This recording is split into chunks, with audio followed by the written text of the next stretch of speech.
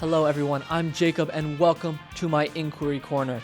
Today I'm taking you along as I work through the different stages of inquiry. Let's get right into it.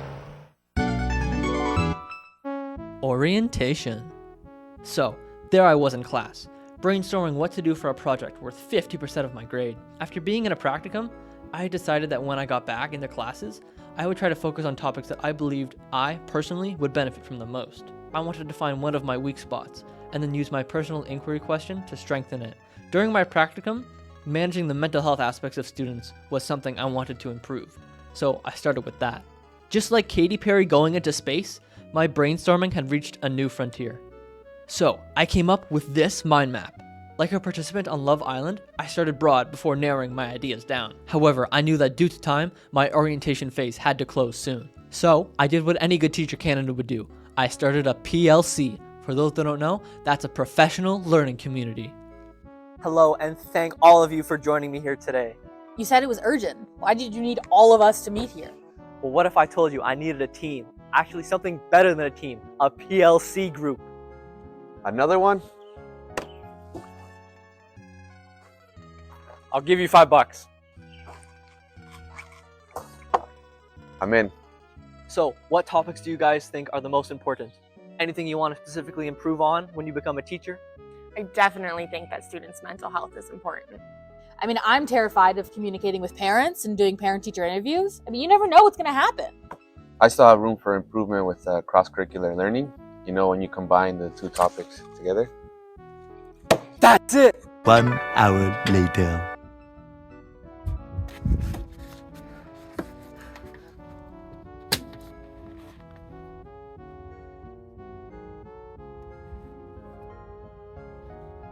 Conceptualization phase. I knew I needed a feedback-oriented master editor to absolutely grill and refine my question.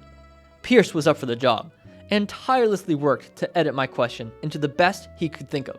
Sometimes, peer-to-peer discussions work better than large group discussions, and people may have their own preferences on which they enjoy most. Filtering my question through Pierce's brain resulted in a new and improved, wonderful inquiry question. How might educators work in collaboration with parents when student mental health issues arise? We also found this question inspired additional questions as well, such as, where do you draw the line as a professional in dealing with student mental health? And how big should your role be in managing students' mental health? Investigation phase. Like Sherlock Holmes solving a murder mystery, my investigation phase had begun. I investigated sites like School Mental Health Ontario and the aforementioned Supporting Minds document. But I had forgotten one of the most important resources of all. It was the last piece I needed to complete the trifecta. Luckily, I knew someone who could loan me the knowledge that the books contained. I went to talk to my friend Ted Lasso, or as the government calls him, Kyle Timmons. He has copies of The Third Path, so to save $200, I rented one of his prized possessions.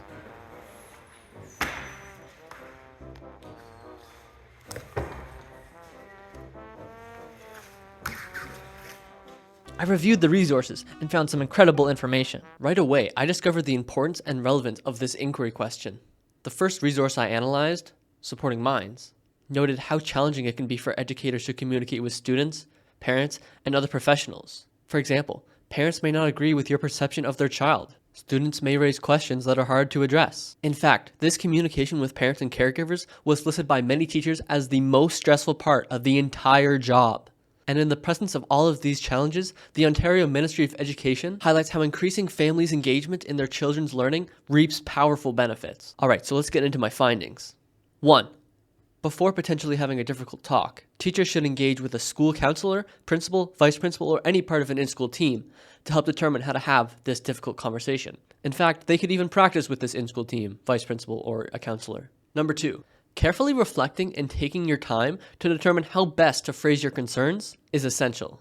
It may be difficult for parents to hear that their child is struggling. Ensuring that you recognize the student's strengths and accomplishments while having this conversation will also be beneficial to the overall environment. Number 3. When discussing the problem, it's important to find neutral, non-judgmental ways of describing and discussing a student's behavior. You want to highlight the problem without judging exactly what the problem or stressor could be for the student. Supporting Minds has some great examples which I will abridge right now. Arvin seems very quiet in class and finds it difficult to answer questions when I call on him, even though he knows the answer. Have other teachers mentioned this before? This phrasing helps avoid any arguments about whether the problem exists or doesn't exist.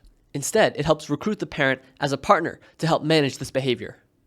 Nyla, you've been having problems staying focused in class since you joined us last semester. Do you have this difficulty in other classes? This invites the students to reflect on their own behavior, and it leads them to determine if they should look into support. Both of those scenarios ask about a specific behavior without assuming what the potential cause could be. In the classroom, you could also communicate with the student. Educators should discuss mental health concerns with the student in appropriate places that are safe. Teachers should also explain that there are limits to what can be kept confidential. Again, if the problem feels too big, educators can suggest the possibility of involving someone else who might be able to better handle the situation. Additionally, sometimes when speaking with a student or parent guardian, they may acknowledge that the student is already seeing a counselor or therapist.